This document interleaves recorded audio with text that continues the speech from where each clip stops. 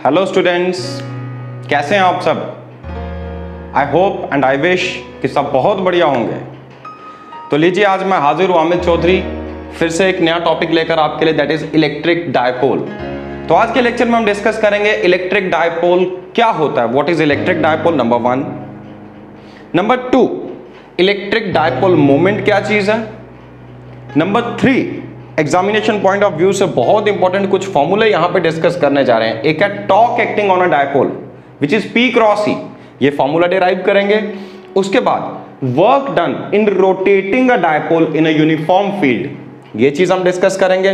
और लास्ट में in any particular position, dipole को अगर किसी पर्टिकुलर ओरिएंटेशन में किसी फील्ड में रखूं तो उसकी उस ओरिएंटेशन की वजह से इस डायपोल के पास कितनी पोटेंशियल एनर्जी है। वैसे भी आपने पढ़ा potential energy by virtue of shape, size, position और कॉन्फ़िगरेशन होती है, ठीक है। तो यहां पे हम डिस्कस करेंगे पोटेंशियल एनर्जी कितनी होगी किसी डायपोल की अगर मैं उसे किसी यूनिफॉर्म फील्ड में रख दूं तो। Got it? तो चलिए क्विकली स्टार्ट करते हैं। सबसे पहले बात करते हैं what is electric dipole.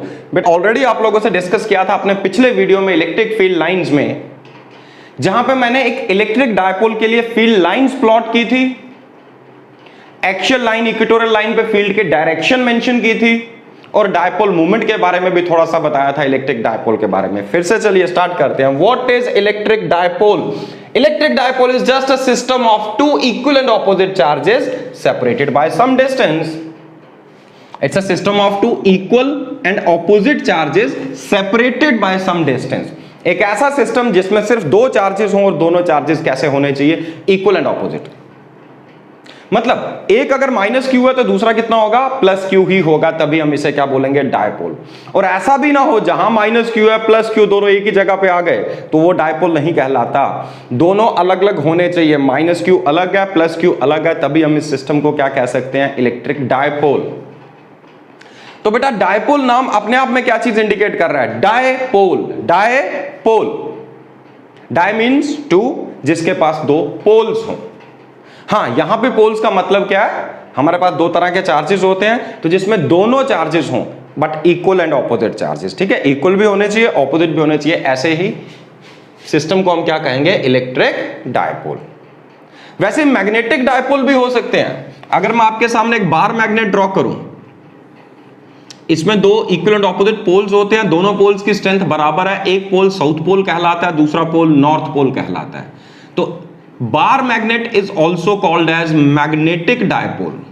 bar magnet is called as magnetic dipole. तो डायपोल वर्ड का मीनिंग आई होप क्लियर हो गया होगा। बिल्कुल सिंपल है, कॉमन सेंस की बात है। तो इलेक्ट्रिक डायपोल क्या होना चाहिए? It is a system of two equal and opposite charges separated by some distance. For example, day to day life में जब हम डायपोल्स की बात करें तो हमारे पास मैक्रोस्कोपिक लेवल पे बड़े बड़े डायपोल हमें नहीं मिलते। हमें कैसे डायपोल मिलते हैं? बिल्कुल माइक्रोस्कोपिक लेवल पे डायपोल्स मिलते हैं। कौन से डायपोल्स है? For example sodium chloride molecule itself is a dipole molecule. और आप लोग शायद केमिस्ट्री में पढ़ चुके होंगे, दो तरह के मॉलिक्यूल्स होते हैं, polar molecules, non polar molecules. थोड़ा हम डाइलेक्ट्रिक वाले पार्ट में फिर से डिस्कस करेंगे, बट फिलहाल यहां पे बता रहा हूं आपको, एक एग्जांपल दे रहा हूं। सोडियम क्लोराइड, आप जानते हैं सोडियम क्लोराइड आयनिक कंपाउंड है। It is composed of two ions, Na positive ion and Cl negative ion. जितना चार्ज Na पॉजिटिव पे है, कितना चार्ज है? प्लस E, इतना ही चार्ज Cl नेगेटिव पे है, कितना है? Minus E। तो it's a system of two equal and opposite charges separated by some distance. तो इस सिस्टम को भी हम क्या बोलेंगे? डायपोल। Got it? दूसरी एग्जांपल ले रहा हूं, वाटर मॉलिक्यूल। ये भी आपने केमिस्ट्री में पढ़ा होगा कि hydrogen carries partial negative charge and oxygen carries partial positive charge. तो जैसे आप सेंटर ऑफ मास लेते हैं तो वैसे आप सेंटर ऑफ चार्जेस भी ले सकते हैं। यहां पे 2 नेगेटिव चार्ज है, -2e, तो यहां पर +2e भी होगा इन दोनों का अगर आप मिलाएंगे। बट आपको कहां इनको लोकेट करना है? इनके सेंटर पे। और याद रखिएगा, इनका सेंटर जरूरी नहीं इस लाइन ज्वाइनिंग पे होगा, इनका सेंटर कहीं यहां पे हो सकता है, पॉजिटिव चार्जेस का सेंटर। तो नेगेटिव चार्ज से पॉजिटिव चार्ज की ओर देखो, -2e and +2e are separated by some distance, so this system is again called the dipole.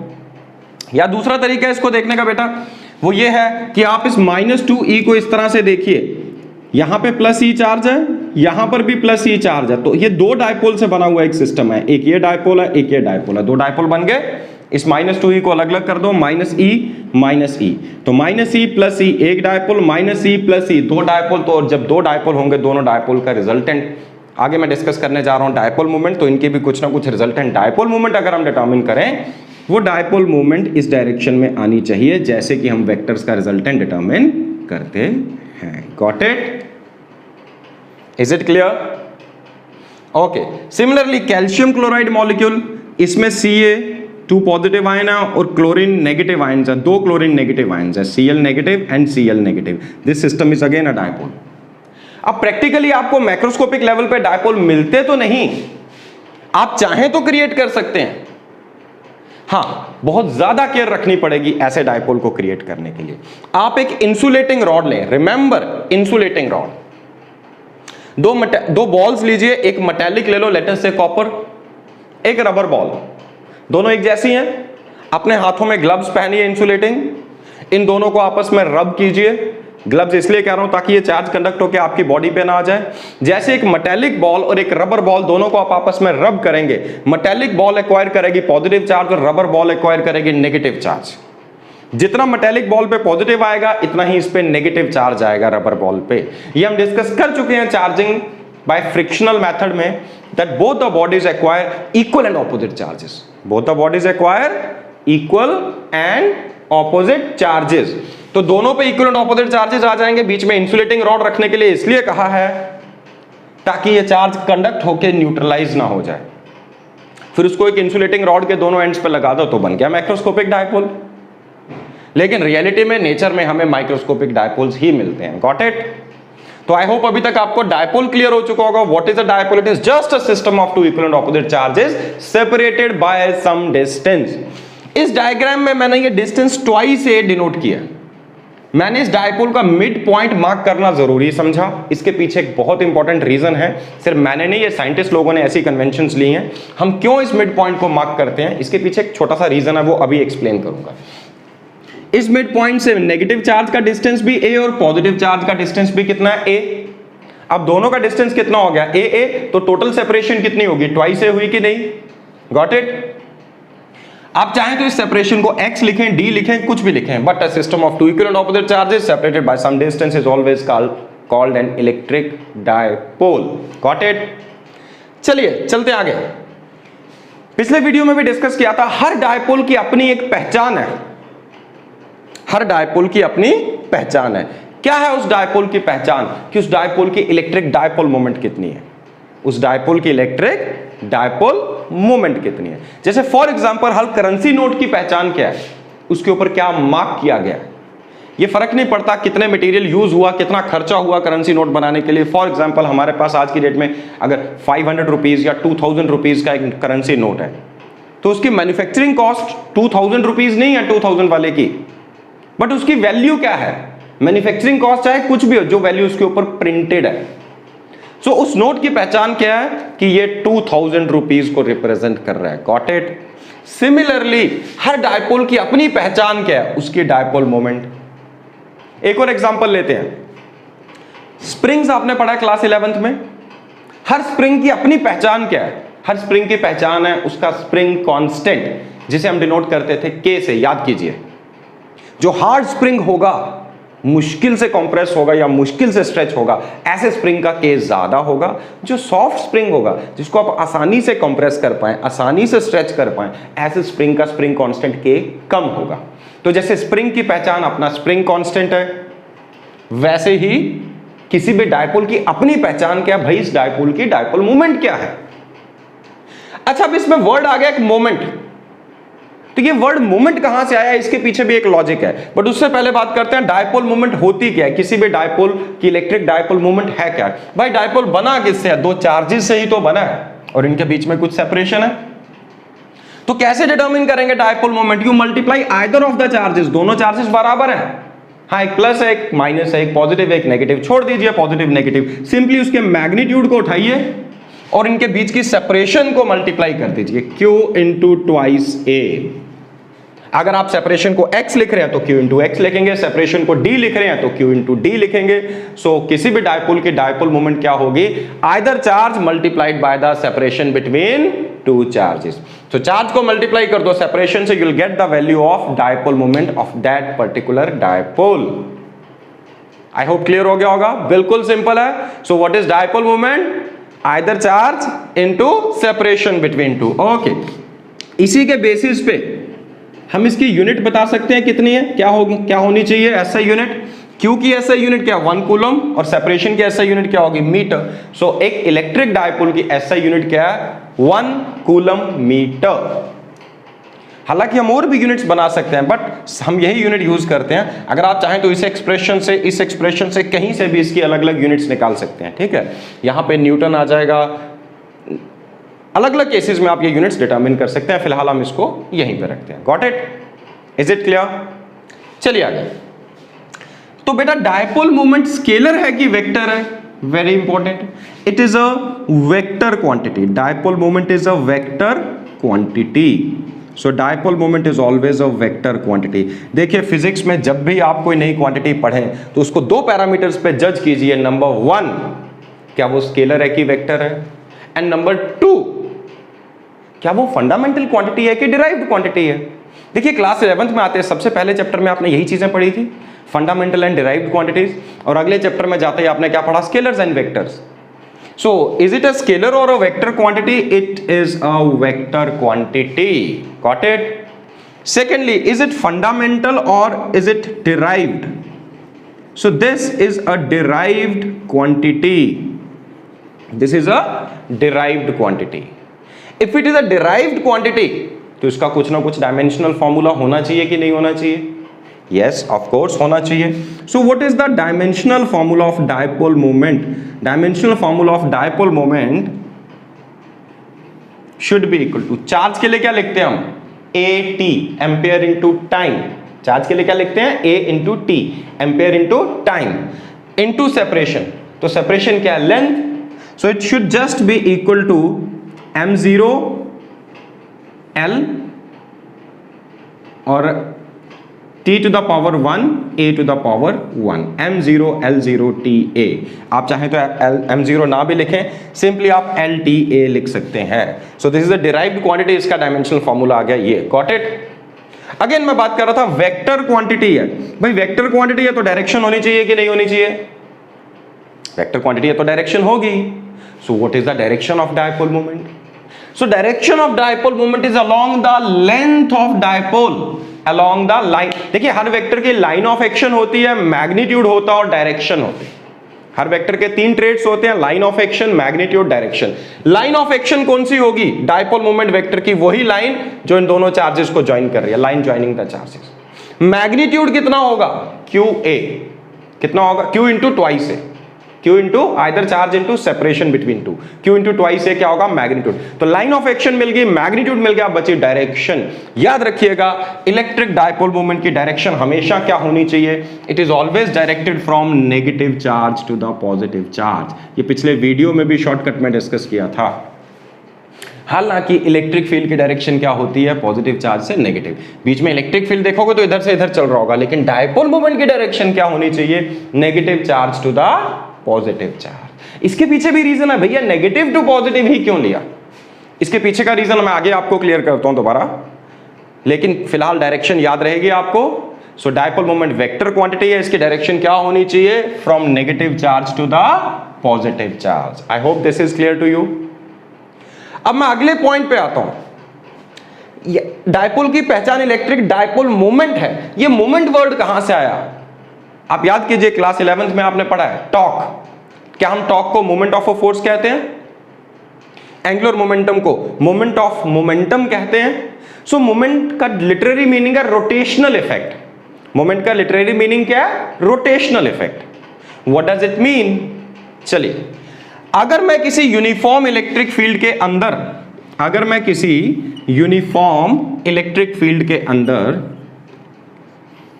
ये यूनिफॉर्म इलेक्ट्रिक फील्ड है E, जिसका मैग्नीट्यूड भी कांस्टेंट और डायरेक्शन भी फिक्स्ड है। अगर आप किसी यूनिफॉर्म फील्ड के अंदर एक पॉजिटिव पॉइंट चार्ज रखें, फील्ड का काम क्या है, फोर्स लगाना। किस पे फोर्स लगाता है इलेक्ट्रिक फील्ड, चार्ज पे। तो पॉजिटिव चार्ज पे ये फोर्स लगाता है along the direction of field, तो इस पे एफ एक्ट करेगा यहां पे। अगर इसका मैग्नीट्यूड क्यू है, ये प्लस क्यू चार्ज है, तो ये फोर्स कितनी होनी चाहिए, क्यू इंटू ई। डायरेक्शन कौन सी होगी, वही जो फील्ड की डायरेक्शन है, इजंट इट? ऐसा होना चाहिए कि नहीं होना चाहिए, बताइए।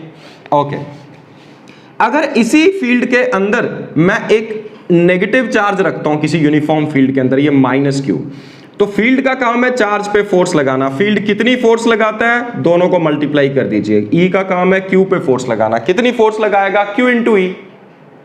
हाँ, अगर ये चार्ज नेगेटिव है तो वो फोर्स एक्ट करेगी opposite to the direction of field. अगर ये चार्ज पॉजिटिव है तो वो फोर्स कहां एक्ट करनी चाहिए, इन the direction of field. Is it clear?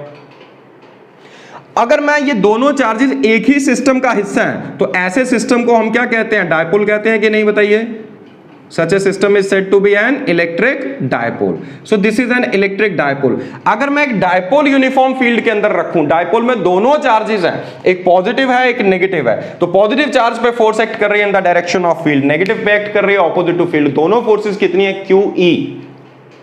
दोनों फोर्सेस इक्वल एंड ऑपोजिट है। जब दोनों फोर्सेस इक्वल एंड ऑपोजिट हैं तो क्या हम बता सकते हैं यहां पर एफ नेट क्या होना चाहिए, F net is equal to 0।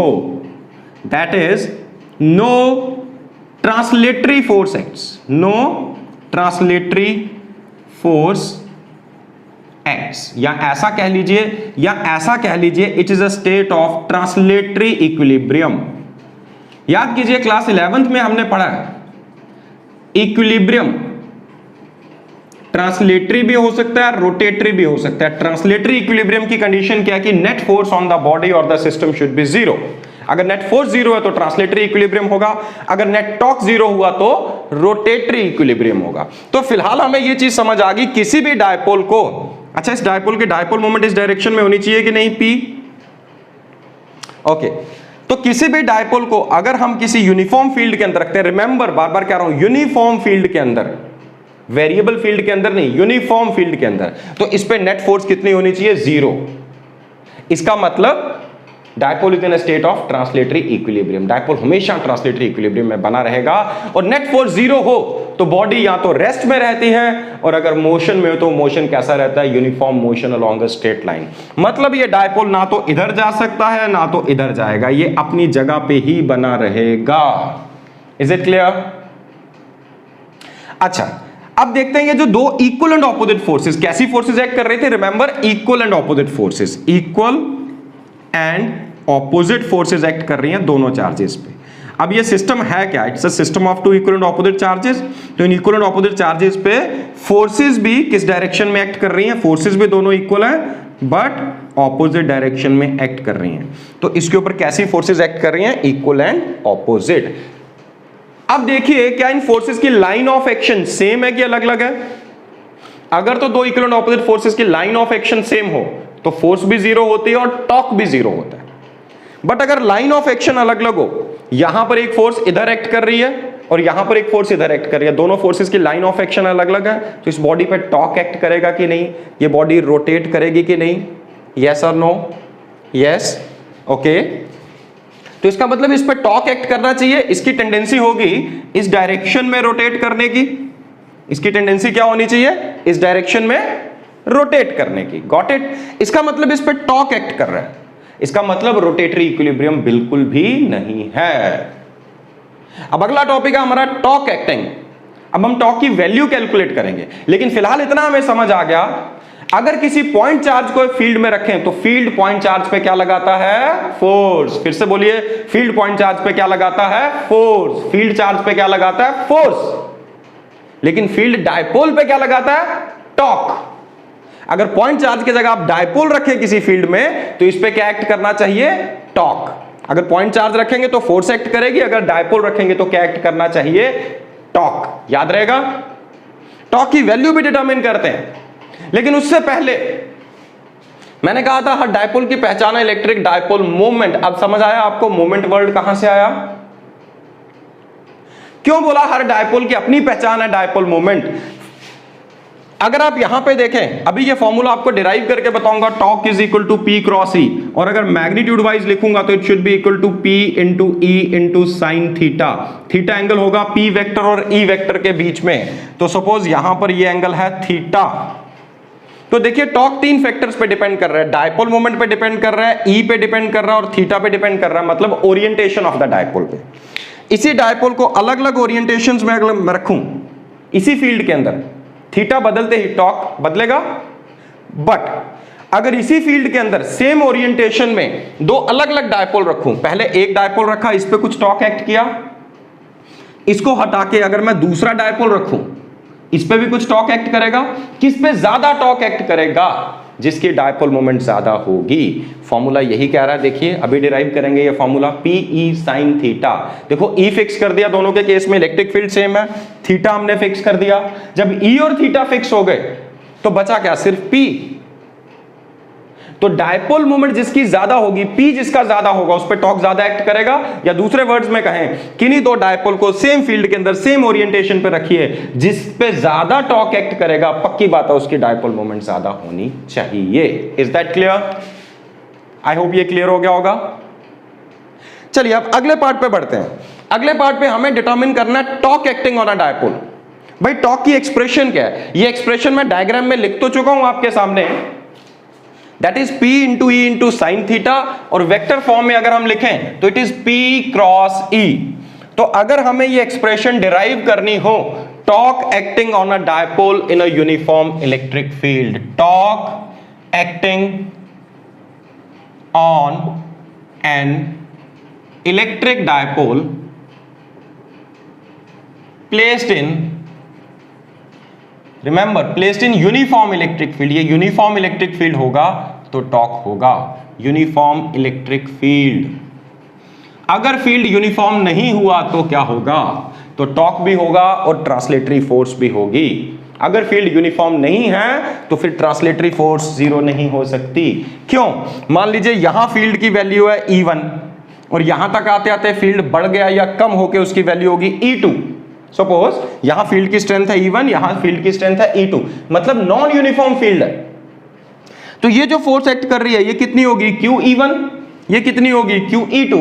दोनों की डायरेक्शन तो ऑपोजिट है, बट क्या दोनों इक्वल होंगी? नहीं होंगी। फिलहाल दोनों पॉइंट्स पे फील्ड ई था, इसलिए दोनों इक्वल एंड ऑपोजिट थी। फिर ऑपोजिट तो रहेंगी, अगर फील्ड नॉन यूनिफॉर्म हुआ तो ऑपोजिट तो रहेंगी बट इक्वल नहीं होंगी, कैंसल आउट नहीं होंगी, इसलिए ट्रांसलेटरी फोर्स इस पे एक्ट करनी चाहिए। कब? जब फील्ड नॉन यूनिफॉर्म हो। फिलहाल हम यूनिफॉर्म फील्ड के अंदर कैलकुलेट करते हैं कि torque acting on the dipole कितना होना चाहिए। चलिए let's imagine an electric dipole of dipole moment P। Let's imagine an electric dipole of dipole moment P placed in a uniform electric field E, so that P vector makes an angle theta with the direction of electric field. This P vector is making an angle theta with the direction of field. तो हमें determine करना है इस पे torque कितना act करना चाहिए, right? Suppose अगर मैं यहां से कंपेयर करूं तो ये पॉइंट हो गया हमारा A, ये पॉइंट हो गया B। तो मैंने एक चीज और यहां पे आपसे बोला था कि मैं ये मिड पॉइंट O को मेंशन करना जरूरी समझ रहा हूं, क्योंकि खुद विजुअलाइज कीजिए, जब ये डायपोल रोटेट करेगा तो एक्सिस ऑफ रोटेशन कहां से पास करना चाहिए? इस पॉइंट O से करना चाहिए कि नहीं? इस एक्सिस के बोर्ड रोटेट करना चाहिए, डायपोल ऐसे रोटेट करेगा तो एक्सिस ऑफ रोटेशन क्या होना चाहिए? ये O से पास कर रहा है। दैट इज वाई हम थोड़ा सा जरूरी समझते हैं पॉइंट O को स्पेसिफिकली मार्क करना। पॉइंट O से डिस्टेंसेस लेते हैं, पॉजिटिव चार्ज और नेगेटिव चार्ज का, दोनों डिस्टेंसेस कितने हैं? A मैं इस डायग्राम में भी शो कर देता हूं, ये जो AB लेंथ है, ये लेंथ कितनी है? That is twice A। Got it? Now how to determine torque? We already know that torque is equal to either force into perpendicular distance, either force into perpendicular distance. ऐसा कब होता है? Either force मतलब दो forces act कर रही हैं, equal and opposite forces हैं। जो भी ऐसा सिस्टम हो, a system of two equal and opposite forces, remember ध्यान से सुनना, a system of two equal and opposite forces with different lines of action, not with same line of action, with different lines of action. इसकी force की line of action ये है, ये इसकी line of action आ गई, इस force की ये लाइन ऑफ एक्शन आ गई, दोनों की लाइन ऑफ एक्शन अलग अलग है। तो ऐसे सिस्टम को हम क्या बोलते हैं? कपल। तो मोमेंट ऑफ अ कपल या torque acting on a couple, torque क्या होगा? यहां पे टॉर्क होता है either force into perpendicular distance. देखिए जरा दोनों फोर्सेस कितनी है? QE ईच है, तो मैं दोनों फोर्सेस की वैल्यू लिख सकता हूं QE, ये फोर्स भी QE है और ये फोर्स भी कितनी है, QE, तो दोनों फोर्सेस QE होगी। Now multiplied by the perpendicular distance. तो देखिए बेटा परपेंडिकुलर डिस्टेंस आप कैसे लेंगे, आप यहां से पॉइंट B से परपेंडिकुलर ड्रॉप कीजिए इस फोर्स की लाइन ऑफ एक्शन पे जो नेगेटिव चार्ज पे एक्ट कर रही है। मान लीजिए ये पॉइंट है C, या दूसरा ऑप्शन था यहां से परपेंडिकुलर ड्रॉप करते आप इसकी लाइन ऑफ एक्शन पे, दोनों में से कुछ भी करके देख लीजिए। तो आपके सामने एक राइट ट्रायंगल बन गया। अगर ये एंगल थीटा है तो ये एंगल भी थीटा होना चाहिए। अब आप बताइए कि यहां पे परपेंडिकुलर डिस्टेंस BC होना चाहिए कि AC होना चाहिए। देखो बेटा ट्रायंगल देखोगे तो बड़े सारे स्टूडेंट्स इसमें कंफ्यूज होते हैं। ट्रायंगल देखोगे तो ट्रायंगल में दोनों साइड्स परपेंडिकुलर हैं, बट हमें साइड से कोई मतलब नहीं है। हमें डिस्टेंस किसके बीच में चाहिए, हमें दोनों फोर्सेस के बीच का डिस्टेंस चाहिए। तो अगर दोनों फोर्सेस के बीच का डिस्टेंस चाहिए, फोर्स वेक्टर है, हर फोर्स की लाइन ऑफ एक्शन है, तो इन दोनों लाइंस ऑफ एक्शन के बीच का डिस्टेंस हम लेंगे। मतलब it should B QE multiplied by the distance BC। तो टॉर्क क्या होना चाहिए, QE multiplied by the distance BC। Is that clear? अब सवाल यह कि BC क्या है। BC को अगर मैं देखो, अगर आप यहां पे देखो इसी राइट ट्रायंगल के अंदर BC अपॉन AB, थीटा के opposite side BC upon hypotenuse should be equal to sine theta. That simply means BC is equal to AB sine theta. If it is AB sine theta तो AB की length क्या है, twice है, so it should be equal to twice A sine theta, isn't it? तो BC की value हमें मिल चुकी है। यही वैल्यू BC की उठा के क्यों ना हम यहां पे सब्स्टिट्यूट करें। सो ये क्या आ जाएगा, QE into twice A sine theta.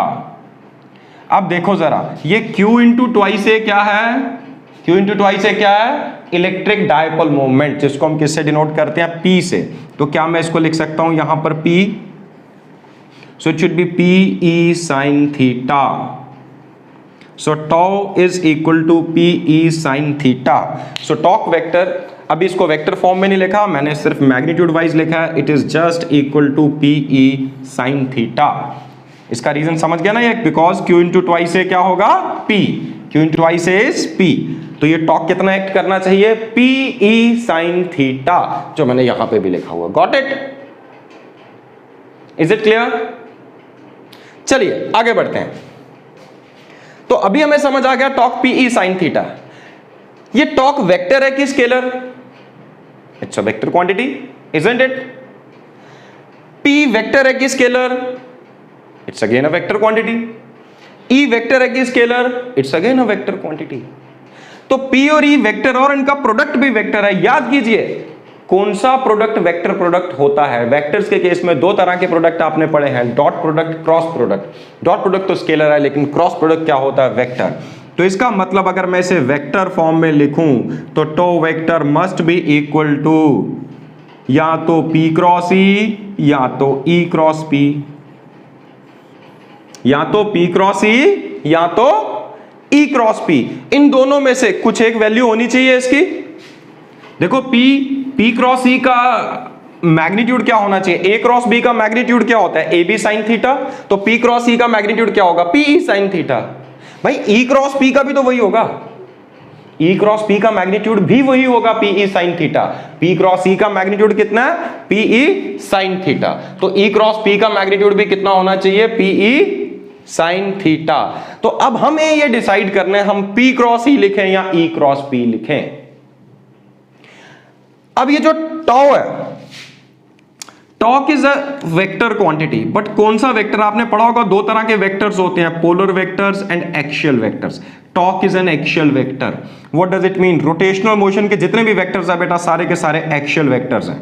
अगर कोई बॉडी इस पाथ के लॉन्ग मूव कर रही है, इस तरह से रोटेट कर रही है, यहां से लेके यहां तक अगर इसने कुछ एंगुलर डिस्प्लेसमेंट शो की थीटा, तो theta vector is a axial vector, it act along the axis of rotation. Omega vector angular velocity, alpha vector angular acceleration, angular momentum हो या टॉर्क वेक्टर हो, all the vectors are axial vector, they always act along axis of rotation. भाई axis तो infinite line है, तो ये कैसे पता चलेगा अपवर्ड डायरेक्टेड है कि डाउनवर्ड? इसके लिए भी एक रूल है हमारे पास, राइट हैंड थंब रूल। अगर आप फिंगर्स को कर्ल करें in the sense of rotation, तो thumb will point the direction of corresponding axial vector. जिस सेंस में बॉडी रोटेट कर रही है, फिंगर्स को कर्ल करो, तो भाई थंब की जो डायरेक्शन होगी, क्योंकि एक्सिस तो ऊपर को भी है और नीचे भी एक्सिस है, तो हम कौन सी डायरेक्शन लेंगे? जो थंब की डायरेक्शन होनी चाहिए। Got it? और क्रॉस प्रोडक्ट में भी आपने देखा है, अगर कोई दो वेक्टर्स हैं A and B, A vector B vector, A vector B vector, this is A this is B, तो ए क्रॉस बी की डायरेक्शन क्या होती है? It is always perpendicular to the plane containing A and B. A और B दोनों के plane के perpendicular होगी ए क्रॉस बी की डायरेक्शन भी और बी क्रॉस ए की भी। Got it? तो कैसे पता चलेगा दोनों की डायरेक्शन क्या है? तो इसमें भी राइट हैंड थंब रूल लगाते हैं। फिंगर्स को रखिए पहले ए की डायरेक्शन में, रोटेट कीजिए बी की तरफ, thumb will point the direction of that cross product. अगर बी क्रॉस ए लिखेंगे तो उसकी डायरेक्शन डाउनवर्ड्स होगी। हम जानते हैं ए क्रॉस बी और बी क्रॉस ए न्यूमेरिकली तो इक्वल होते हैं, सिर्फ डायरेक्शन ऑपोजिट होती है। Got it? तो यहां मैंने पी क्रॉस ई क्यों लिया? तो देखिए जरा, सबसे पहले P क्रॉस E की डायरेक्शन क्या होनी चाहिए? ये P वेक्टर है और ये E वेक्टर है, तो हमने क्या बोला था? Right hand thumb rule. पहले फिंगर्स को रखते हैं P की डायरेक्शन में, E की ओर कर्ल करते हैं, तो P क्रॉस E की डायरेक्शन होनी चाहिए नॉर्मली इनवर्ड्स और E क्रॉस P की डायरेक्शन होनी चाहिए नॉर्मली आउटवर्ड्स। तो फिलहाल टॉक को देखिए, टॉक की डायरेक्शन क्या है? क्या वो आउटवर्ड है कि इनवर्ड है? सोचिए जरा। देखिए बेटा, ये रोटेट कहां करेगा? इस डायरेक्शन में, तो इस तरह से ये रोटेट कर रहा है। तो मैंने अभी बताया था एक्चुअल वेक्टर के लिए सेंस ऑफ रोटेशन में फिंगर्स को कर्ल करो, तो सेंस ऑफ रोटेशन ये है, फिंगर्स को कर्ल करेंगे तो डायरेक्शन क्या आनी चाहिए? Normally inwards. और वो डायरेक्शन किसकी आ रही थी? P क्रॉस E की, not E cross P। That is why torque is taken as P cross E, क्योंकि फिलहाल जब डिराइव किया हमने तो मैग्नीट्यूड डिराइव किया था, उसके बाद हम वेक्टर फॉर्म में लिख रहे हैं। तो डाउट ये भी आ सकता है भाई E क्रॉस P क्यों नहीं? तो आई होप ये क्लियर हो चुका होगा। जिनको नहीं क्लियर हुआ वो वीडियो एक बार रिवाइंड करके दोबारा से सुन लीजिए, सो यहां पे आपको क्लियर हो जाएगा कि टॉक की एक्सप्रेशन क्या है, P क्रॉस E। ठीक है, प्लीज नोट इट डाउन, फिर हम बढ़ते हैं आगे। चलिए, हाँ जी बेटा, तो एक चीज और डिस्कस कर लेते हैं इसके साथ। हमने कहा नेट फोर्स 0 है, ट्रांसलेटरी इक्विलिब्रियम तो है, और क्लास 11th में आपने पढ़ा दो तरह का इक्विलिब्रियम होता है। कंप्लीट इक्विलिब्रियम तभी कहेंगे जब ये दोनों होंगे, तो ट्रांसलेटरी भी और रोटेटरी भी। ट्रांसलेटरी इक्विलिब्रियम की कंडीशन है नेट फोर्स शुड बी 0, वो हमेशा 0 रहती है अगर डायपोल को हमने यूनिफॉर्म फील्ड में रखा, तो नॉन यूनिफॉर्म में ऐसा नहीं होगा। हाँ, अब अगर टॉक भी 0 हो जाए, टॉक तो एक्ट कर रहा है बट अगर टॉक 0 हो जाए तो हम बोल सकते हैं डायपोल पूरी तरह से इक्विलिब्रियम में है। ट्रांसलेटरी तो है ही है, साथ ही साथ रोटेटरी इक्विलिब्रियम भी आ जाएगा। Got it? तो डायपोल का कंप्लीट इक्विलिब्रियम कब होगा? जब टॉक 0 होगा। टॉक की एक्सप्रेशन हमने लिखी PE sin theta, PE sin theta. तो टॉक कब 0 होगा बेटा? टॉक या तो P 0 हो, या तो डायपोल ही ना हो, या तो इलेक्ट्रिक फील्ड ही ना हो। लेकिन ऐसी दोनों चीजों को छोड़िए, इन दोनों कंडीशंस को छोड़िए कि जब डायपोल ही नहीं है, तो कॉमन सेंस की बात है, हम बात कर रहे हैं talk acting on a dipole, तो डायपोल भी होगा और फील्ड भी होगा। तो किस ओरिएंटेशन पे, थीटा की किस वैल्यू पे टॉक 0 होना चाहिए? तो टॉक तभी 0 होगा जब साइन थीटा की वैल्यू 0 होगी, और साइन थीटा की वैल्यू 0 होने का मतलब है कि थीटा या तो 0 होगा या 180 डिग्री। थीटा या तो 0 होगा या 180 डिग्री। थीटा 0 वाला केस मैंने ये ड्रॉ किया, ये डायपोल मोमेंट वेक्टर है, ये इलेक्ट्रिक फील्ड वेक्टर है, ई वेक्टर, दोनों के बीच में एंगल 0 है कि नहीं? This is the direction of dipole moment from negative charge to the positive charge. और यहां पे पॉजिटिव चार्ज इस साइड है, नेगेटिव इस साइड है, तो डायपोल मोमेंट की डायरेक्शन ये होगी, तो यहां पे दोनों के बीच में एंगल कितना है? 180। तो थीटा 0 डिग्री वाला केस मैंने ये ड्रॉ किया, थीटा 180 वाला केस मैंने ये ड्रॉ किया। फॉर्मूला कहता है जी इन दोनों केसेस में टॉक 0 होना चाहिए, मतलब ये दोनों डायपोल की इक्विलिब्रियम पोजीशंस हैं। फॉर्मूला तो कह रहा है टॉक 0 होना चाहिए, आप भी अपने लेवल पे विजुअलाइज करके देखिए। भाई पॉजिटिव चार्ज पे फोर्स कहां एक्ट करती है? इन the direction of field F, और नेगेटिव पे कहां एक्ट करेगी? ये भी F के बराबर ही होगी, जो कि दोनों किसके इक्वल है? QE के बराबर। दोनों फोर्सेस की लाइन ऑफ एक्शन सेम है। जब दोनों फोर्सेस की लाइन ऑफ एक्शन सेम होगी तो दोनों के बीच का परपेंडिकुलर डिस्टेंस 0 हुआ कि नहीं? क्योंकि परपेंडिकुलर डिस्टेंस किसके बीच में लिया जाता है? दोनों की लाइंस ऑफ एक्शन के बीच का ये डिस्टेंस। जब दोनों की लाइन ऑफ एक्शन सेम है तो दोनों के बीच का परपेंडिकुलर डिस्टेंस 0 हो जाएगा। या वैसे विजुअलाइज करो, इस बॉडी के ऊपर जितनी फोर्स F यहां लगा रहे हैं उतनी फोर्स F यहां लगाएं, तो क्या ये बॉडी कहीं मूव करेगी? ना तो इधर जाएगी ना तो इधर, ना कोई ट्रांसलेटरी फोर्स है। और क्या ये बॉडी रोटेट करेगी? नहीं। क्यों नहीं करेगी? क्योंकि इस पे कोई टॉक एक्ट नहीं कर रहा। खुद विजुअलाइज करके देखो। Got it? तो थीटा 0 डिग्री होने पे इक्विलिब्रियम है। अब थीटा 180 पे चेक करते हैं। अगर डायपोल मोमेंट और इलेक्ट्रिक फील्ड वेक्टर के बीच में एंगल 180 है तो देखो पॉजिटिव चार्ज पे फोर्स इफेक्ट कर रही है along the direction of field, negative पे इफेक्ट कर रही है opposite to the direction of field. दोनों की line of action again same है कि नहीं? जब लाइन ऑफ एक्शन सेम है तो परपेंडिकुलर डिस्टेंस जीरो है, नहीं तो दूसरे तरीके से देखिए, नेगेटिव पे फोर्स इधर एक्ट कर रही है, इन दोनों को यहां वाली नेगेटिव वाली फोर्स इधर है और इस चार्ज पे फोर्स इधर है। अगर दो फोर्सेस इस तरह से अप्लाई करो, दोनों फोर्सेस इक्वल एंड ऑपोजिट, ना तो ये बॉडी ट्रांसलेट करेगी ना तो ये बॉडी रोटेट करेगी। हां, थोड़ी सी लाइन ऑफ एक्शन बदल दूं तो फिर ये रोटेट करेगी। Got it? तो थीटा 0 थीटा 180 डिग्री दोनों इक्विलिब्रियम पोजीशंस हैं। हां, थीटा 0 डिग्री स्टेबल इक्विलिब्रियम है, थीटा 180 डिग्री अनस्टेबल इक्विलिब्रियम है।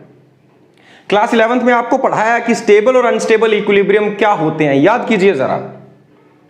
स्टेबल इक्विलिब्रियम वो पोजीशन है जहां पे अगर आप बॉडी को हल्का सा डिस्टर्ब करो और रिलीज करने पे वो वापस इक्विलिब्रियम पोजीशन में आ जाए, तो ऐसे इक्विलिब्रियम को हम क्या बोलते हैं? Stable equilibrium. और अगर इक्विलिब्रियम पोजीशन से बॉडी को डिस्टर्ब करें और रिलीज करने पे वो और ज्यादा डिस्टर्ब हो जाए खुद ही, तो ऐसे इक्विलिब्रियम को हम क्या बोलते हैं? अनस्टेबल। मतलब उसकी कोई टेंडेंसी नहीं है इक्विलिब्रियम में वापस आने की, जैसे डिस्टर्ब करोगे तो छोड़ने पे वो वापस नहीं आएगी और ज्यादा डिस्टर्ब हो जाएगी। तो स्टेबल इक्विलिब्रियम में जैसे आप डिस्टर्ब करके छोड़ते हैं बॉडी को, हल्का सा डिस्टर्ब करके, तो उसकी टेंडेंसी है वापस इक्विलिब्रियम में आने की। ऐसे इक्विलिब्रियम को हम बोलते हैं स्टेबल इक्विलिब्रियम। Got it? एक और निशानी है स्टेबल इक्विलिब्रियम और अनस्टेबल की। स्टेबल इक्विलिब्रियम में पोटेंशियल एनर्जी मिनिमम होनी चाहिए और अनस्टेबल में पोटेंशियल एनर्जी मैक्सिमम होनी चाहिए। ठीक है, ये मैं आगे डिस्कस करता हूं जब मैं पोटेंशियल एनर्जी वाला टॉपिक आपको करा लूंगा। फिलहाल यहां पे देखिए जरा, ये अगर स्टेबल इक्विलिब्रियम पोजीशन है, मान लीजिए इस पोजीशन में आप डायपोल को हल्का सा डिस्टर्ब कर देते हैं, आपने इसको रोटेट कर दिया, चाहे इधर चाहे उधर, किसी भी तरह, मान लीजिए इस सेंस में आपने रोटेट किया। अब बताइए इस प्लस क्यू पे फोर्स इधर एक्ट करनी चाहिए कि नहीं? माइनस क्यू पे फोर्स इधर एक्ट करेगी ऑपोजिट टू फील्ड, तो इस पे टॉर्क एक्ट करेगा, वो टॉर्क की टेंडेंसी होगी इस डायपोल को इधर रोटेट करा है, तो बताइए इक्विलिब्रियम पोजीशन की ओर वापस आ रहा है या नहीं? आ रहा है ना? दैट मींस ये इक्विलिब्रियम कौन सा है? Stable equilibrium. Got it? Okay, इसको देखते हैं। वैसे आप इस साइड उल्टा रोटेट करके भी चेक कर सकते हैं, खुद कीजिए थोड़ी एक्टिविटी। ये अनस्टेबल इक्विलिब्रियम पोजीशन, अगर इस अनस्टेबल इक्विलिब्रियम पोजीशन से मैंने इसको डिस्टर्ब किया हल्का सा, तो अब नेगेटिव चार्ज है ये और पॉजिटिव चार्ज है ये, तो नेगेटिव पे फोर्स कहां एक्ट करती है? ऑपोजिट टू फील्ड, और positive pay along the field. तो इस डायपोल पे एक फोर्स इधर एक्ट करे, पहले ये था इक्विलिब्रियम पोजीशन, ठीक है। जैसे ही आपने डिस्टर्ब किया, क्या ये वापस जाएगा? या खुद देखिए इस एंड पे फोर्स इधर एक्ट कर रही है, नहीं, तो जैसे ही आप इसको हल्का सा डिस्टर्ब करेंगे ये बाकी खुद ही रोटेट हो जाएगा। Got it?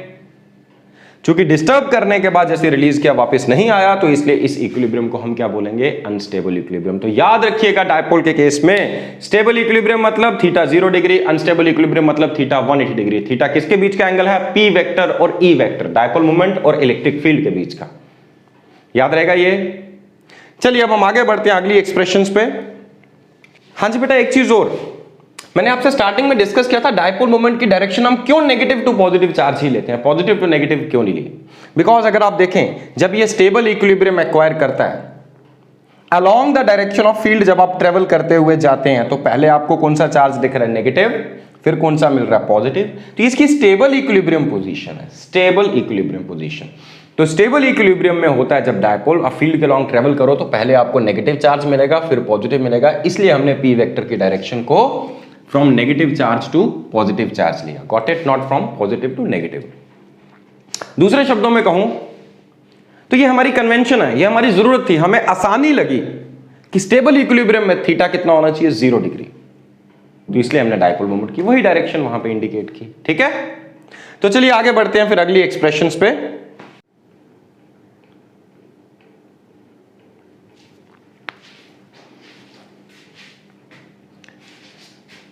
हाँ जी बेटा, तो अगला टॉपिक है हमारा work done in rotating N electric dipole in a uniform field region. Work done in rotating N electric dipole in a uniform field. अगर इलेक्ट्रिक फील्ड यूनिफॉर्म है, आपने उसमें एक डायपोल रखा, अब आप जैसे ही डायपोल को रोटेट करेंगे तो आपको कुछ ना कुछ वर्क डन करना पड़ेगा, और जितना वर्क डन करेंगे अब बदलेगा क्या? ओरिएंटेशन बदलेगी, रिलेटिव पोजीशन बदलेगी with respect to the field. Relative orientation बदलने की वजह से, ओरिएंटेशन, शेप, साइज या पोजीशन या कॉन्फ़िगरेशन की वजह से जो एनर्जी है उस एनर्जी को हम क्या बोलते हैं? Potential energy. तो अगर मैं डायपोल की ओरिएंटेशन बदलता हूं, मान लीजिए पहले यहां पे डायपोल, उसको रोटेट करके मैं यहां पे ले आया, तो कौन सी एनर्जी बदलनी चाहिए? Potential energy. सो आप इसे वर्क डन कहें या चेंज इन पोटेंशियल एनर्जी कहें, तो मैं ये एक्सप्रेशन आपके सामने डिराइव करने जा रहा हूं। Got it? तो देखिए बेटा, वर्क डन हम कैसे कैलकुलेट करते हैं? देखिए, वर्क डन कैलकुलेट करने के लिए आपने ऑलरेडी कुछ फॉर्मूले पढ़ रखे हैं क्लास 11th में। वो फॉर्मूले क्या क्या हैं जरा याद कीजिए। पहला फॉर्मूला आपने पढ़ा था, work done is equal to force vector dot displacement vector. Got it? Force into displacement, simple शब्दों में कहें तो। और अगर आप रोटेशनल मोशन में आ जाएं तो फोर्स का रोटेशन एनालॉग क्या है? टॉर्क, और डिस्प्लेसमेंट का रोटेशन एनालॉग क्या है? Theta, angular displacement. तो अगर तो लीनियर मोशन है फिर इस तरह का वर्क डन आप इस फॉर्मूले से कैलकुलेट करेंगे। अगर एंगुलर या रोटेशनल है तो यहां देखिए कैसा मोशन है, रोटेशनल है कि नहीं। तो अगर ये रोटेशनल मोशन है तो कौन सा फॉर्मूला यूज होना चाहिए? ये वाला। अभी यूज नहीं करेंगे, एक चीज पे और ध्यान दीजिए बेटा। अब थोड़ा आगे पढ़िए। अगर तो फोर्स कांस्टेंट हो हम डायरेक्ट ये फॉर्मूला यूज करते थे, बट अगर फोर्स वेरिएबल हो हम पूरी डिस्प्लेसमेंट को छोटे छोटे डिस्प्लेसमेंट्स में, छोटे छोटे एलिमेंट्स में तोड़ते थे डीएस में। एक डीएस का वर्क डन कैलकुलेट करके फिर हम उसे इंटीग्रेट करते थे। सिमिलरली अगर टॉर्क वेरिएबल हो, अगर वेरिएबल टॉर्क का केस है, टॉर्क थ्रू आउट कांस्टेंट नहीं है, ये था वेरिएबल फोर्स के केस में वर्क डन। सिमिलरली अगर टॉर्क कांस्टेंट है, सॉरी टॉर्क वेरिएबल है, तो यही वर्क डन क्या हो जाना चाहिए? Integral of tau d theta या tau dot d theta. Normally इसमें आप टाउ डी थीटा भी लिख सकते हैं, बिकॉज ज्यादातर केसेस में टाउ और थीटा वेक्टर एक ही, मतलब जहां पे टॉर्क अप्लाई कर रहे हो डिस्प्लेसमेंट उसी डायरेक्शन में हो रही होगी। चलिए एनीवे आप इसको वेक्टर फॉर्म में भी लिख सकते हैं और स्केलर फॉर्म में भी। तो इस तरह से आप वर्क डन कैलकुलेट कर सकते हैं। अब मुझे बताइए, जब आप इस डायपोल को रोटेट कर रहे होंगे तो क्या इस पे कांस्टेंट टॉर्क एक्ट करेगा कि वेरिएबल? टॉर्क किस पे डिपेंड कर रहा है? पी पे, ई पे, थीटा पे। जब आप डायपोल को रोटेट करेंगे क्या बदलेगा? क्या पी बदलेगा डायपोल मोमेंट? नो। क्या इलेक्ट्रिक फील्ड बदल रहा है? नहीं। क्या बदल रहा है? थीटा लगातार बदल रहा है कि नहीं? तो अगर थीटा लगातार बदल रहा है बेटा, तो इसका मतलब टॉर्क लगातार बदल रहा है, वेरिएबल टॉर्क का केस है। तो आपको क्या करना है? पहले इसे छोटी सी डिस्प्लेसमेंट देनी है डी थीटा, इसका टॉर्क डिटरमिन करना है, बाद में आपको बस सिंपली उसको इंटीग्रेट करना है। तो यहां पर वर्क डन क्या होना चाहिए? It should be equal to tau d theta का integral within the limit. Suppose initial theta है theta I and final theta है थीटा फाइनल, यहां आप इसे थीटा 1 थीटा 2 भी लिख सकते हैं। ठीक है। अच्छा, किसी ओरिएंटेशन थीटा में क्या आप जानते हैं टॉर्क की वैल्यू क्या? ऑलरेडी हमने डिटरमिन करके रखी थी। टॉर्क की वैल्यू होती है PE sine theta. So if it is PE sine theta into d theta, हम इसे इंटीग्रेट करेंगे थीटा इनिशियल से लेकर थीटा फाइनल। P और E कॉन्स्टेंट्स हैं, बाहर आ जाएंगे इंटीग्रल के साइन के। अब मुझे बताइए साइन थीटा का इंटीग्रल क्या आता है? क्या ये इंटीग्रल माइनस कॉस थीटा आता है कि नहीं? So PE into integral of sine theta is minus cos theta. Limits आ जाएंगी theta initial to theta final. Got it? अब माइनस साइन को हम बाहर ले आते हैं, तो माइनस PE इंटू, अब लिमिट्स पुट करते हैं, cos of upper limit theta final minus cos of theta initial. So this is the final expression to determine work done. Work done in rotating a dipole in a uniform electric field. जो मैंने यहां पे लिखा था, it is minus PE cos of theta final minus cos of theta initial. Minus PE times cos theta final minus cos theta initial. तो आप इसे work done कहें या change in potential energy कहें, दोनों सेम होंगे। Is that clear? So अब आप determine कर सकते हैं work done in rotating a dipole. देखिए बेटा, इस पे बेस सीबीएसई ने एक क्वेश्चन बड़ी बार पूछा, what calculate the work done या what is the work done in rotating the dipole from its stable equilibrium position to unstable equilibrium position. तो देखिए स्टेबल इक्विलिब्रियम पोजीशन अभी पिछले पार्ट में डिस्कस किया मैंने, 0 डिग्री, थीटा की वैल्यू 0 डिग्री होगी, और अनस्टेबल में थीटा की वैल्यू क्या होगी? 180 डिग्री। तो सीबीएसई ने ऐसे क्वेश्चंस पूछे हैं, calculate the work done in rotating a dipole from stable equilibrium to unstable. अगर आपको ये क्वेश्चन करना हो स्टेबल टू अनस्टेबल इक्विलिब्रियम, तो देखिए यहीं पे ये वर्क डन की वैल्यू क्या आ जानी चाहिए? माइनस PE अगर अनस्टेबल इक्विलिब्रियम फाइनल पोजीशन हो तो थीटा फाइनल की वैल्यू क्या आएगी 180 डिग्री। अनस्टेबल इक्विलिब्रियम में theta is 180 minus stable equilibrium में थीटा इज 0 डिग्री। अब बताइए cos 0 क्या होता है 1, cos 180 क्या होता है -1। तो ये वैल्यूज जब आप इसमें पुट करेंगे -1 इज -2 और एक माइनस बाहर है, तो यही वर्क डन किसके इक्वल आ जाना चाहिए, ट्वाइस PE। Got it. तो बेटा डेरिवेशन आपकी यहीं तक थी। ये मैंने एक स्पेशल केस डिस्कस किया है, work done in rotating the dipole from stable equilibrium position that is theta equal to 0 degree से लेकर to its unstable equilibrium position that is theta 180। तो थीटा फाइनल की जगह 180 पुट किया, थीटा इनिशियल की जगह 0 पुट किया, तो इस तरह से हमें वर्क डन मिल गया। Got it. तो आई होप इस तरह के क्वेश्चंस भी अब आप कर पाएंगे। चलिए आगे क्वेश्चंस भी डिस्कस करेंगे, फिलहाल ये टॉपिक, ये डेरिवेशन इतनी ही है। अब मैं आगे बढ़ता हूं potential energy of a dipole पे, राइट। तो work done in rotating a dipole, यहां चेंज इन पोटेंशियल एनर्जी का फॉर्मूला हम डिराइव कर चुके हैं। इसके बाद हम आगे बढ़ते हैं potential energy of an electric dipole in a particular orientation. Common sense की बात है, डायपोल की ओरिएंटेशन पे डिपेंड करेगी उसकी पोटेंशियल एनर्जी। अलग अलग एंगल पे, एंगल बदलने के साथ साथ इसकी पोटेंशियल एनर्जी बदलती जानी चाहिए।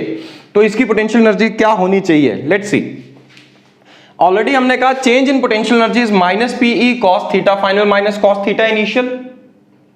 अगर इस ब्रैकेट को एक्सपेंड करूं, ओपन करूं इसे, ये माइनस साइन, अच्छा -PE cos थीटा फाइनल, ये वाला माइनस साइन ये आ गया, इसको फिर इधर यहां मल्टीप्लाई कीजिए, minus PE cos theta initial आ रहा है। फिर से देखो -PE into cos theta final minus PE cos theta initial. Got it. और वैसे भी डेल्टा U को क्या हम लिख सकते हैं, final energy minus initial potential energy, final value minus initial value, isn't it. अब राइट साइड में भी देखो दो टर्म्स है, लेफ्ट साइड में भी देखो दो टर्म्स हैं। राइट साइड की दोनों टर्म्स एक जैसी हैं, P आ रहा है, E आ रहा है, थीटा आ रहा है। और कॉमन सेंस की बात है, डायपोल को रखा कहां है, यूनिफॉर्म इलेक्ट्रिक फील्ड में, P को रखा है E में। तो इसकी पोटेंशियल एनर्जी किस पे डिपेंड करनी चाहिए, P की वैल्यू पे, E की वैल्यू पे और थीटा की वैल्यू पे। Got it. तो अगर आप इन दोनों साइड्स को कंपेयर करो तो देखो जरा U फाइनल ये होना चाहिए कि नहीं, और U इनिशियल जो है वो ये वैल्यू आनी चाहिए कि नहीं आनी चाहिए। तो इन दोनों को अगर मैं कंपेयर करूं तो क्या हम इसके बेसिस पे ये कह सकते हैं कि potential energy of an electric dipole must be equal to -PE cos theta, क्योंकि दोनों में फर्क देखो, U फाइनल में बस थीटा फाइनल है, U इनिशियल में थीटा इनिशियल है, बस इतना सा डिफरेंस है। तो क्या हम इसके बेसिस पे कह सकते हैं ये -PE cos थीटा होना चाहिए। अब देखिए P और E दोनों वेक्टर्स हैं और एनर्जी स्केलर क्वांटिटी है, U तो स्केलर है, तो दो वेक्टर्स का कौन सा प्रोडक्ट स्केलर होता है, डॉट प्रोडक्ट। तो क्या हम इसको लिख सकते हैं -P डॉट E, यस और नो। Got it. नहीं तो दूसरे तरीके से देख लीजिए, if theta initial is equal to 90 degree और π/2 radian and theta final is equal to theta. देखो थीटा इनिशियल को हमने कन्वेंशनली माना जब ये डायपोल 90 डिग्री का एंगल बना रहा होगा इस यूनिफॉर्म फील्ड के साथ, ये चार्ज है -Q, ये चार्ज है +Q, ये थीटा कितना हो गया 90 degree. This is the direction of dipole moment and this is E vector, दोनों के बीच में एंगल 90 है। हमने डिसाइड किया जी थीटा 90 वाली पोजीशन को ना जीरो पोटेंशियल एनर्जी वाली पोजीशन हम मानेंगे। ओके, अब जीरो एनर्जी वाली पोजीशन से लेके मान लीजिए अब इसको रोटेट करके यहां तक ले आए, तो जितना वर्क डन करोगे वो क्या होगा, change in potential energy. Initial क्या थी 0, तो जितनी चेंज होगी उतनी फाइनल आनी चाहिए कि नहीं। देखिए फिर से देखिए, थीटा 90 को हमने माना, ये हमने अपनी कन्वेंशन के लिए हमने ये मान लिया कि थीटा 90 पे पोटेंशियल एनर्जी क्या होनी चाहिए 0, तो इसलिए हमने थीटा इनिशियल माना 0 कि इनिशियल ओरिएंटेशन कौन सी है जहां पोटेंशियल एनर्जी कितनी है 0। अगर फिलहाल पोटेंशियल एनर्जी 0 है तो जितना वर्क डन करोगे, जितनी चेंज इन पोटेंशियल एनर्जी आएगी, मान लीजिए फिलहाल पोटेंशियल एनर्जी है 0, आपने बॉडी पे वर्क डन किया 10 जूल, तो चेंज इन पोटेंशियल एनर्जी भी कितनी आनी चाहिए 10 जूल। अब 0 से 10 जूल की चेंज आने का मतलब क्या है कि फाइनल पोटेंशियल एनर्जी कितनी हो जानी चाहिए 10 जूल।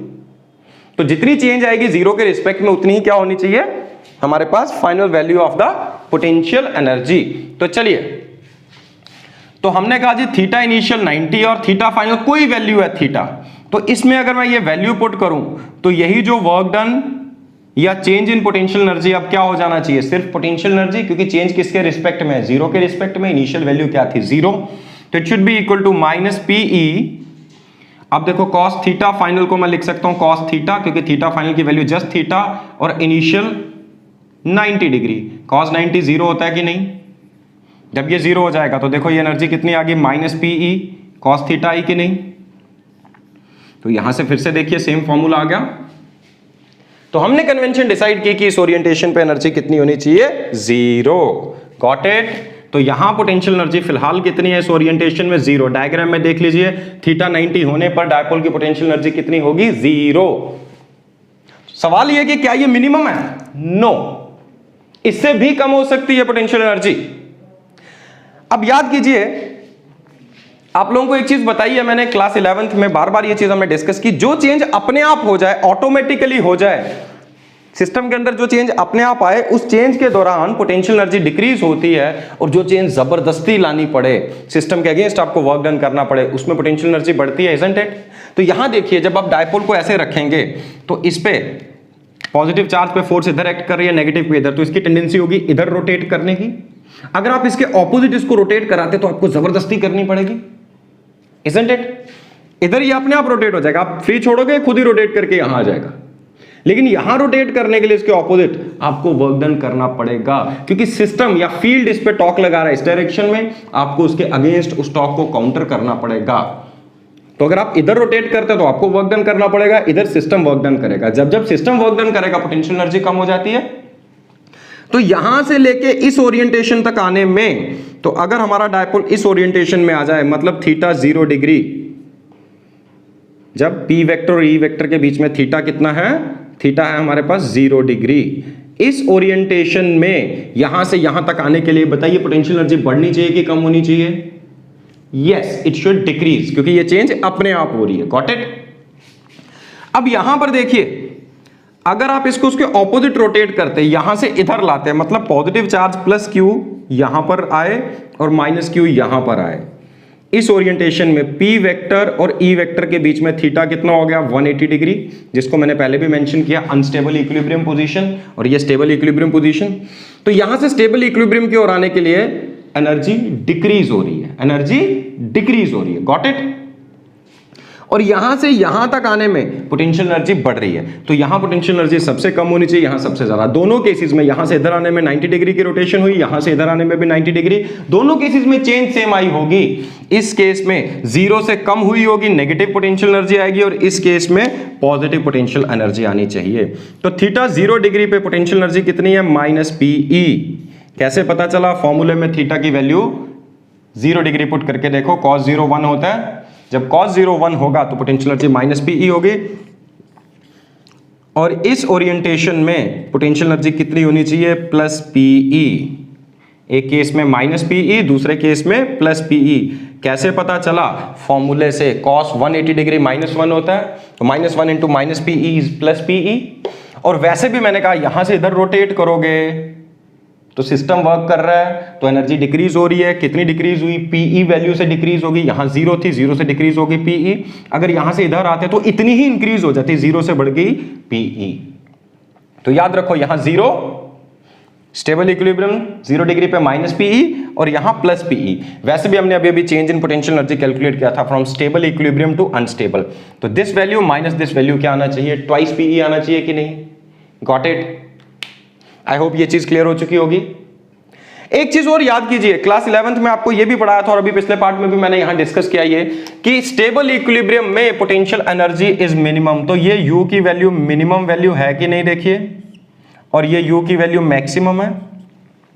अगर U की वैल्यू मिनिमम हो तो मिनिमम वैल्यू क्या इंडिकेट करती है, पोटेंशियल एनर्जी मिनिमम होने का मतलब ये स्टेबल इक्विलिब्रियम है, और इसका मतलब ये, अगर पोटेंशियल एनर्जी हाईएस्ट है, इसका मतलब कौन सा इक्विलिब्रियम होना चाहिए यहां पर, that should be unstable equilibrium.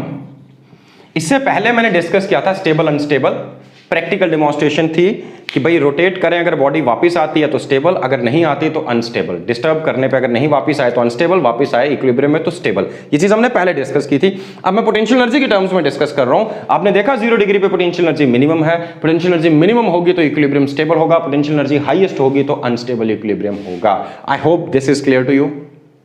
हाँ जी बेटा, तो एक और टॉपिक है यहां पे SHM of an electric dipole in a uniform electric field. तो बेटा ध्यान रखिएगा, वैसे तो बोर्ड एग्जाम में इससे क्वेश्चन नहीं आता, लेकिन कॉम्पिटिटिव के पॉइंट ऑफ व्यू से ये एक इंपॉर्टेंट टॉपिक और बिल्कुल बेसिक टॉपिक है, ऐसा कुछ नहीं है इसमें, कोई बहुत हाई फाई टॉपिक नहीं है कि अगर आप इस डायपोल को इस ओरिएंटेशन में रखें इस फील्ड में, तो आपने पढ़ा था पॉजिटिव चार्ज पे फोर्स एक्ट करेगी in the direction of field और इलेक्ट्रिक फील्ड नेगेटिव चार्ज पे फोर्स लगाएगा opposite to field. As a result इस पे एक टॉर्क एक्ट करेगा जो हमने अभी अभी कैलकुलेट किया था, PE sin थीटा। ये टॉर्क की टेंडेंसी क्या होगी? इसकी टेंडेंसी होगी इस डायपोल को वापस यहां पे लाने की। इस पोजीशन को हम बोलेंगे इक्विलिब्रियम पोजीशन। हमने पढ़ा था थीटा 0 और 180 दोनों इक्विलिब्रियम पोजीशंस हैं। थीटा 0 जो है वो स्टेबल इक्विलिब्रियम पोजीशन है, मतलब जैसे आपने इसको डिस्टर्ब किया स्टेबल इक्विलिब्रियम से हल्का सा डिस्टर्ब किया for very small angle theta, तो जैसे आपने डिस्टर्ब किया इस पे टॉर्क एक्ट करेगा हल्का सा, वो टॉर्क क्या करेगा? इसको वापस लाने की कोशिश करेगा। लेकिन जैसे ही हमारा डायपोल रोटेट करता हुआ यहां तक आएगा, यहां पे आके टॉर्क तो 0 हो जाएगा, लेकिन क्या ये डायपोल अचानक से रुक जाएगा? नहीं, इसके पास इनर्शिया होगा, rotational inertia, moment of inertia. As a result ये यहां से यहां आएगा तो रुक नहीं पाएगा, इतना मोशन एक्वायर कर चुका है कि ये इसके बाद इस मीन पोजीशन को ओवरशूट करेगा, उस साइड जाएगा। ठीक है, जब यहां आएगा तो टॉर्क इसके ऑपोजिट एक्ट करेगा। अब इसके मोशन के ऑपोजिट टॉर्क एक्ट कर रहा है, तो वो टॉर्क इससे डी एक्सेलरेट करेगा, धीरे धीरे इसका मोशन 0 हो जाएगा यहां पे आके, लेकिन फिर से टॉर्क एक्ट कर रहा है ऑपोजिट डायरेक्शन में। अब यही टॉर्क वापस इसको अगेन इक्विलिब्रियम पोजीशन की ओर लाने की कोशिश कर रहा है। इक्विलिब्रियम पोजीशन तक आते आते इतना मोशन एक्वायर कर चुका है कि रुक नहीं पाएगा, तो इस तरह से ये हमारा डायपोल ऑसिलेट करना स्टार्ट कर देगा। Got it? तो डायपोल विल स्टार्ट ऑसिलेटिंग। तो क्या ये SHM है? अगर SHM है तो इसका टाइम पीरियड हम डिटरमिन करेंगे। तो बेटा पहले बेसिक्स पे चलता हूं थोड़ा सा। SHM मैंने क्लास 11th में आपको पढ़ाया था, लास्ट यूनिट था आपका। दो तरह की SHM, लीनियर और एंगुलर। एंगुलर को आप चाहें तो रोटेशनल SHM भी कह सकते हैं। तो इस केस में ये SHM कैसा होना चाहिए? एंगुलर, क्योंकि ये स्ट्रेट लाइन के लॉन्ग तो नहीं मूव कर रहा, ये रोटेट कर रहा है, तो इट इज एंगुलर या रोटेशनल SHM। तो लीनियर SHM की जो फंडामेंटल कंडीशन आप कैसे चेक करते हैं कि कोई पार्टिकल SHM एग्जीक्यूट करेगा या नहीं? आप चेक कीजिए, क्या restoring acceleration directly proportion to displacement है? पार्टिकल को मीन पोजीशन से आपने डिस्प्लेस किया y, क्या रिस्टोरिंग एक्सेलरेशन जो है वापस लाने वाली एक्सेलरेशन a, ये डायरेक्टली प्रोपोर्शनल टू y है? वैसे तो हम इसे लिखते हैं a is proportional to minus y, reason being दोनों की डायरेक्शन ऑपोजिट होगी। बट जब मैं रिस्टोरिंग वर्ड यूज करूं तो फिर माइनस साइन लगाने की जरूरत नहीं है, अंडरस्टूड है कि ये रिस्टोरिंग है, ये ऑपोजिट ही डायरेक्टेड होगी। तो restoring acceleration directly proportional to displacement हो तो आप कंक्लूड कर सकते हैं body is going to execute linear SHM। अगर ये लीनियर SHM एग्जीक्यूट कर रही है तो इसके टाइम पीरियड का फॉर्मूला होगा 2 pi root of displacement upon acceleration. Got it? और अगर ये एंगुलर SHM हुआ तो क्या होगा? तो एक्सेलरेशन का रोटेशनल एनालॉग होता है एंगुलर एक्सेलरेशन, और डिस्प्लेसमेंट का angular displacement. This is angular displacement, not displacement. If restoring angular acceleration is directly proportional to angular displacement, then we can conclude that body is going to execute angular SHM. Got it? अगर ऐसा है SHM होगा, angular SHM होगा, तो time period क्या होना चाहिए? इसी फॉर्मूले के analogous 2 pi root of displacement की जगह आ जाएगा रोटेशन एनालॉगस का एंगुलर डिस्प्लेसमेंट, और एक्सेलरेशन की जगह क्या आ जाना चाहिए? Angular acceleration. यही लॉजिक हम यहां पे यूज करेंगे। ऑलरेडी हमने डिस्कस किया, अगर एंगल थीटा है तो इस पे टॉर्क एक्ट कर रहा है। कितना टॉर्क एक्ट कर रहा है? PE sin theta. It can be written as PE theta for small angles, because for small angles sin theta is just equivalent to theta only। तो हमने लिख दिया PE थीटा। जैसे लीनियर मोशन में force is mass into acceleration, तो force का rotational analog torque, mass का rotational analog I, A का rotational analog angular acceleration alpha, I is moment of inertia. तो क्या मैं टॉ को लिख सकता हूं I इंटू अल्फा? अब यहां देखिए अल्फा क्या आ रहा है? Alpha is PE upon I into theta. PE upon I is a constant value, dipole moment fixed होगी, इसका मोमेंट ऑफ इनर्शिया फिक्स्ड है, इलेक्ट्रिक फील्ड फिक्स्ड है, तो ये सब कांस्टेंट हुआ। अगर ये सब कांस्टेंट है तो क्या हम ये कह सकते हैं alpha is directly proportional to theta, alpha is angular acceleration, it is directly proportional to angular displacement. हाँ, रिस्टोरिंग है, डायरेक्शन ऑपोजिट है, वो साइन हमने यहाँ यूज नहीं किया, तो आपको दिख रहा है restoring angular acceleration is directly proportional to angular displacement, therefore it execute angular SHM, it execute angular SHM. अगर ये एंगुलर एसएचएम एग्जीक्यूट कर रहा है तो टाइम पीरियड का फॉर्मूला क्या आना चाहिए, 2 pi root of theta upon alpha, angular displacement upon angular acceleration. अच्छा, अब इसी एक्सप्रेशन से अगर आप देखें तो क्या आपको थीटा अपॉन अल्फा की वैल्यू मिल सकती है? तो यहां से इस इक्वेशन को अगर आप नंबर मार्क करते हैं इक्वेशन नंबर 1, तो इक्वेशन नंबर 1 से हमें थीटा अपॉन अल्फा की वैल्यू मिल रही है, अल्फा को यहां ले आए, इसको यहां ले आए, that is I upon P E, movement of inertia upon P into E. तो ये फाइनल फॉर्मूला होगा टाइम पीरियड का, गॉट इट। और ये कहां से आया, from equation number 1, what do we get, we get theta upon alpha is equal to I upon P E. ये वैल्यू मैंने यहां पुट की, एज अ रिजल्ट ये फाइनल फॉर्मूला हमारे पास आ चुका है। सो time period of such an SHM should be equal to 2 pi root of moment of inertia upon PE.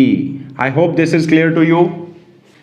हाँ जी बेटा, तो आज के टॉपिक से रिलेटेड एनसीईआरटी में 2 क्वेश्चंस है, क्वेश्चन नंबर 9, क्वेश्चन नंबर 10, ये दोनों मैं आपसे डिस्कस करने जा रहा हूं। सबसे पहले जो पहला क्वेश्चन है वो fundamental formula P is equal to Q into twice A पे बेस्ड है। क्या है ये question, a system has 2 charges, system has 2 charges, एक को नाम दिया QA which is 2.5 into 10 to the power minus 7 coulomb and QB which is minus 2.5 into 10 to the power minus 7 coulomb. देखो दोनों इक्विवेलेंट ऑपोजिट हैं, इसका मतलब सिस्टम क्या होना चाहिए, डायपोल होना चाहिए कि नहीं। उसके आगे देखिए, they are located at points A,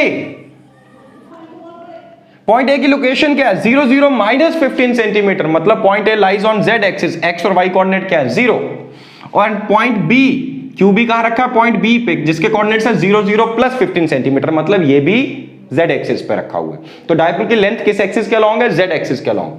what is the total charge, and एक तो आपको टोटल चार्ज डिटरमिन करना है, दूसरा आपको total electric dipole movement determine करनी है सिस्टम की। तो let's see how to do. सबसे पहले अगर आप इसको विजुअलाइज करें, ये सिचुएशन कैसी है, मान लीजिए ये एक्सिस है हमारे पास x axis, this axis is y axis, and let us say this third one is z axis, ठीक है। तो ये दोनों चार्जेस कहां रखे गए हैं, z एक्सिस के अलोंग। एक है पॉइंट A पे, पॉइंट A के कोऑर्डिनेट्स हैं 0 0 minus 15, late us say this is point A, 0 0 minus 15, 0 0 minus 15 centimetre, और यहां पर एक चार्ज रखा गया QA जिसकी वैल्यू है 2.5 into 10 to the power minus 7 coulomb. तो ये चार्ज आ गया हमारे पास QA। ठीक इतने ही डिस्टेंस पे y एक्सिस पे आपको एक पॉइंट मिलेगा 0 0 प्लस 15 सेंटीमीटर, ओरिजिन से ठीक उतने ही डिस्टेंस पे। तो यहां पर एक चार्ज जो हमने रखा है, ये चार्ज है QB। What is QB, that is minus 2.5 into 10 to the power minus 7 coulomb. तो ये सेपरेशन 15 होनी चाहिए, ये भी 15। तो अगर आप इन दोनों पॉइंट्स A और B के बीच में टोटल सेंटीमीटर देखोगे, टोटल सेपरेशन देखेंगे तो 30 सेंटीमीटर होनी चाहिए, that is 0.30 metre. Got it. सबसे पहले टोटल चार्ज की बात करते हैं, टोटल चार्ज। टोटल चार्ज वैसे भी किसी डायपोल का टोटल चार्ज क्या होता है, 0। QA प्लस QB दोनों इक्विवेलेंट ऑपोजिट हैं। देखिए इसमें इसको ऐड करेंगे तो क्या आ जाना चाहिए, 0 आएगा कि नहीं, plus 2.5 coulomb, plus 2.5 into 10 to the power minus 7 coulomb, इसमें ऐड करना minus 2.5 into 10 to the power minus 7। तो टोटल चार्ज कितना हो गया, 0। वैसे भी किसी भी डायपोल का टोटल चार्ज हमेशा कितना रहता है, 0। अगला पार्ट है टॉर्क एक्टिंग, सॉरी अगला पार्ट है हमारे पास डायपोल मोमेंट। सो डायपोल मोमेंट क्या होती है, either charge into separation between two charges. अभी फिलहाल मैं मैग्नीट्यूड वाइज लिख रहा हूं, तो दोनों चार्जेस कितने हैं, 2.5 into 10 to the power minus 7 into separation कितनी है, 0.30 मीटर। जब आप इसको मल्टीप्लाई करोगे it comes out to be 0.75 into 10 to the power minus 7 coulomb metre. Yes, unit क्या है, कूलम मीटर। या फिर आप इसे लिख सकते हैं 7.5 into 10 to the power minus 8 coulomb metre. तो ये आ गई हमारे पास डायपोल मोमेंट, ये इसका मैग्नीट्यूड आ गया।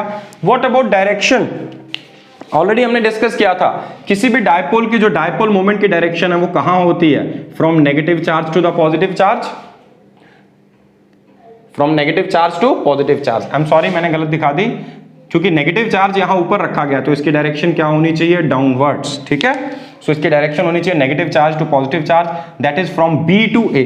तो आप इसको ऐसा लिख सकते हैं, अलोंग बी ए, ऐसा लिख लीजिए, या अलोंग नेगेटिव जेड एक्सिस ऐसा लिख सकते हैं, या आप चाहें तो इस डायपोल मोमेंट को वेक्टर एक्सप्रेशन भी लिख सकते हैं इसकी 7.5 into 10 to the power -8 into minus K cap coulomb metre, या ऐसा लिख लीजिए, या माइनस साइन यहां लगा लीजिए पीछे, -7.5 into 10 to the power -8 K cap coulomb metre. Got it?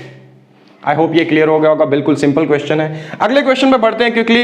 N electric dipole with dipole moment this, तो व्हाट इज दिस क्वांटिटी, ये आपको P की वैल्यू गिवन है, is aligned at an angle 30 degree with the direction of a uniform field. तो 30 degree क्या हो गया, theta हो गया कि नहीं, with the direction of uniform field of magnitude this. तो क्या वैल्यू गिवन है आपको, इलेक्ट्रिक फील्ड की वैल्यू गिवन है 5 into 10 to the power 4 newton per coulomb.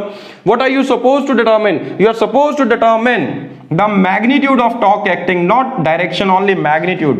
Magnitude wise we know tau is equal to PE sin theta, isn't it? What is P?